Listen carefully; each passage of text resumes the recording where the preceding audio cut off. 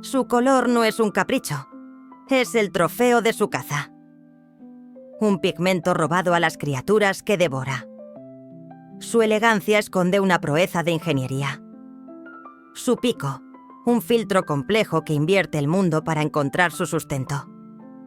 Se alza sobre una sola pata no por descanso, sino como una estrategia para conservar el calor, un acto de equilibrio y resistencia.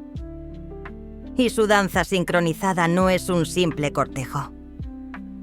Es la cohesión de una colonia de miles de individuos, un ejército rosa que se mueve como un solo ser. Es la belleza forjada en el fango, un arquitecto que construye su nido de barro y un guerrero que tiñe su plumaje con el color de sus víctimas.